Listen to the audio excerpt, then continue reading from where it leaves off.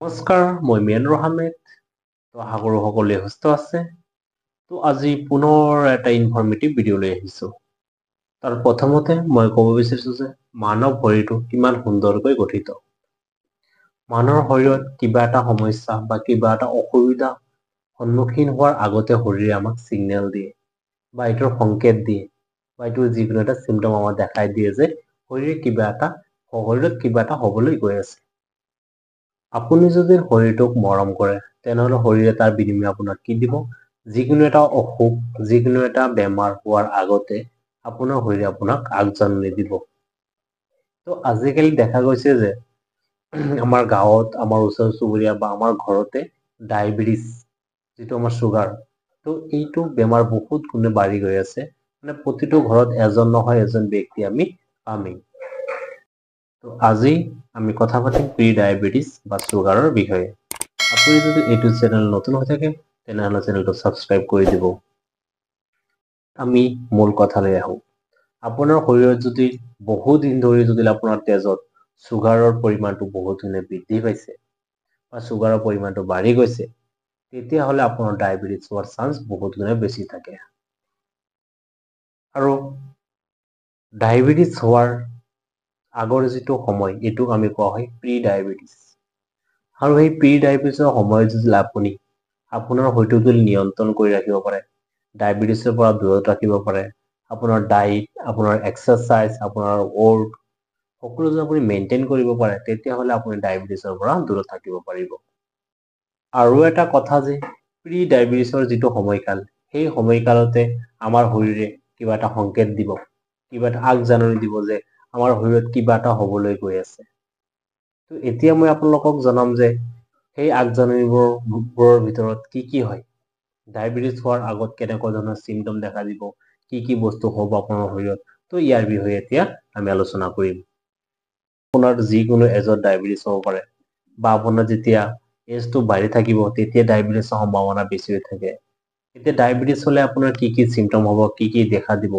তাৰ ভিতৰত প্ৰথমটো হ'ল আপোনাৰ তেজত যেতিয়া আপোনাৰ গ্লুক'জটো বাঢ়ি যাব তেতিয়া আপোনাৰ কি হ'ব, সঘনাই আপোনাৰ পেচাব লাগিব। আপোনাৰ অলপ সময় পিছে পিছে আপোনাৰ পেচাব লাগিব।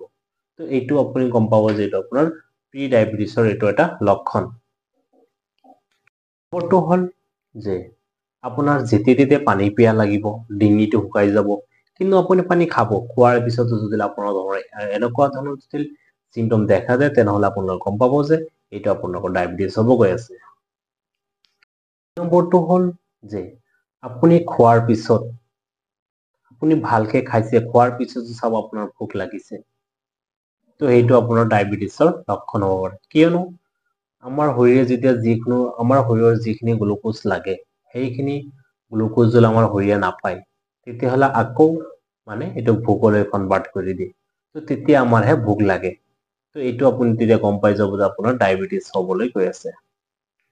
দুই নম্বৰটো হ'ল যদি আপোনাৰ যদি কেতিয়াবা সঘনাই যদি ভাগৰ লাগি থাকে বা ভাগৰ যদি অনুভৱ হয়, তেতিয়াহ'লে আপোনাৰ ডায়েবেটিছৰ লক্ষণ হ'ব পাৰে। কিয়নো আপোনাৰ শৰীৰে গ্লুক'জ বা শক্তিৰ প্ৰয়োজন হৈছে, তেতিয়াহে এনেকুৱা ধৰণৰ চিমটম হয়। 5 নম্বৰটো হ'ল আপোনাৰ চকুৰ সমস্যা হ'ব। আপোনাৰ চকুৰে ঘোলা ঘোলা দেখা পাব, কেতিয়াবা চকুত বিষাব, এনেকুৱা ধৰণৰ চিমটম দেখা দিব। তেতিয়া আপোনালোকে গম পাব যে আপোনালোকৰ ডায়েবেটিছ হ'ব গৈ আছে। ফাৰ্ষ্টৰ পৰা যে মই লাষ্টৰ এইখিনি কৈ আহিলো, এনেকুৱা ধৰণৰ চিমটম যদি আপোনালোকৰ হৈ থাকে, তেনেহ'লে আপোনালোকে দেৰি নকৰিব। আপোনালোকে দেৰি নকৰি অতি সোনকালে আপোনালোকৰ চুগাৰটো টেষ্ট কৰিব। চুগাৰটো টেষ্ট কৰাৰ পিছত আপোনালোকৰ যদি ডায়েবেটিছ হয়, তেনেহ'লে ডক্তৰে মেডিচিন ল'ব, মেডিচিন লৈ আপোনাৰ চুগাৰটো নিয়ন্ত্ৰণ কৰিব। চুগাৰটো বা ডায়েবেটিছটো নিয়ন্ত্ৰণ কৰা নাম্বাৰ 1 মেডিচিনটো হ'ল আপোনাৰ ৱৰ্কআউট কৰিব লাগিব, এক্সাৰচাইজ কৰিব লাগিব। এক্সাৰচাইজ কৰিলেহে আপোনাৰ এইবিলাক বস্তু নিয়ন্ত্ৰণ হৈ থাকিব। ডায়েবেটিছটো হ'ল আজিকালি মানুহ নাখাই পিনে বেছি সময় বহি থাকে। মানুহবোৰে আজিকালি আৰাম বেছি বিচাৰে, কষ্ট কৰিব নিবিচাৰে। তো তাৰ কাৰণে আমাৰ আজিকালি ডায়েবেটিছ, চুগাৰ এইবিলাক মানুহৰ দিনে দিনে বাঢ়ি আছে। কাৰণ মানুহৰ যিটো ব্লাড চাৰ্কুলেশ্যনটো মানুহৰ বেছি নহয়। ব্লাড চাৰ্কুলেশ্যনটো বহুতো কমি গৈছে, কিয়নো মানুহবোৰ বেছি সময় বহি থাকে, শুই থাকে। মানুহে কষ্ট নকৰে। আগৰ দিনত মানুহবোৰে বহুত কষ্ট কৰিছিল, তো আগৰ দিনত এইবোৰ বেমাৰ নাছিল। আজিকালি এইবোৰ বেমাৰ বহুতো বৃদ্ধি পাইছে। তো আপোনালোকে কি কৰিব ডেইলি এক্সাৰচাইজ কৰিব আধা ঘণ্টা হওক 5 মিনিট হওক 10 মিনিট হওক যিমান পাৰে আপোনালোকে এক্সাৰচাইজ কৰিব আৰু এক্সাৰচাইজৰ উপৰি আপোনালোকে ডায়েটিংটো মেইনটেইন কৰিব আপোনালোকে ৰাতি দেৰিকে নাখাব আৰু ৰাতি যেতিয়া খাব আপোনালোকে বেছি মানে অভাৰ ফুলকে নাখাব ডায়েবেটিছৰ আৰু এটা কাৰণ হ'ল আমি যে ভাত খাওঁ ভাতটো আমাৰ মানে এনেকুৱাকে খাওঁ যাতে আমাৰ পেটটো ফুলি যায় তেতিয়ালৈকে আমি ভাত খাওঁ কিন্তু আমাৰ ভাতটো এনেকে খাব নালাগে আমি ভাতটো তেতিয়ালৈ খাম যেতিয়ালৈকে আমাৰ ভোক যিটো আছে ভোকটো আমাৰ নোহোৱা হ'ব তেতিয়ালৈ খাম তেতিয়াহ'লেহে আমাৰ বেমাৰ আজাৰৰ পৰা আমি দূৰত থাকিব পাৰিম গতিকে আজিৰ ভিডিঅ' এইখিনি আছিল আপোনালোকে যদি বস্তুখিনি বুজি পাইছে তেনেহ'লে এইখিনি ফ'ল' কৰিবলৈ চেষ্টা কৰিব আপোনাৰ জীৱনত বহুত এটা ভাল হ'ব ডায়েবেটিছ এনেকুৱা ৰোগ আজিকালি প্ৰায় 100ৰ ভিতৰত 99% মানুহৰ ডায়েবেটিছ হৈ আছে তো থেংক ইউ আজিৰ কাৰণে ধন্যবাদ ভিডিঅ'টো ভাল লাগিলে শ্বেয়াৰ কৰিব